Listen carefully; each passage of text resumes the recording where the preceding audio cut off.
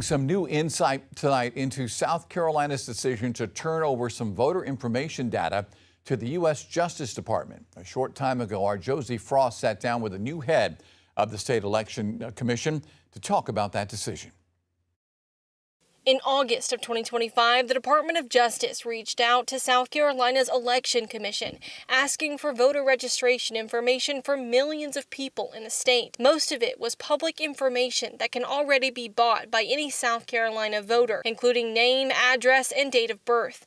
But the DOJ also requested Social Security and driver's license numbers. The DOJ did this with several states, saying they wanted to figure out if there were any non-citizens or ineligible people registered to vote. This week, the State Election Commission announced they'd entered into an agreement to provide the requested data to the government. But Director Conway Belangia says they've taken great steps to make sure the data is safe when it's being shared. I feel confident that the agreement that was signed yesterday is the best it can be to protect the integrity of that Social Security number for all voters in South Carolina. The new Memorandum of Understanding between the agencies also gives the state control over how the data is used. If there's any misuse, the commission can stop sharing the information. South Carolina retains the right that if the information that we're providing is being abused, misused,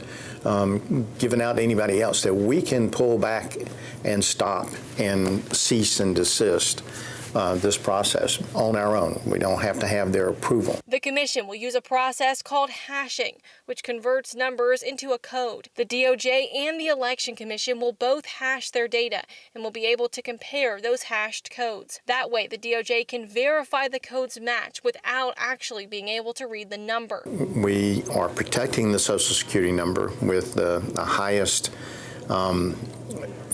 feasible process to make sure that these numbers aren't divulged. The hashing will keep the DOJ from reading the number itself, but encryption is actually what's keeping the data secure while it's in transit, according to Barry Hudson, an adjunct professor of cybersecurity.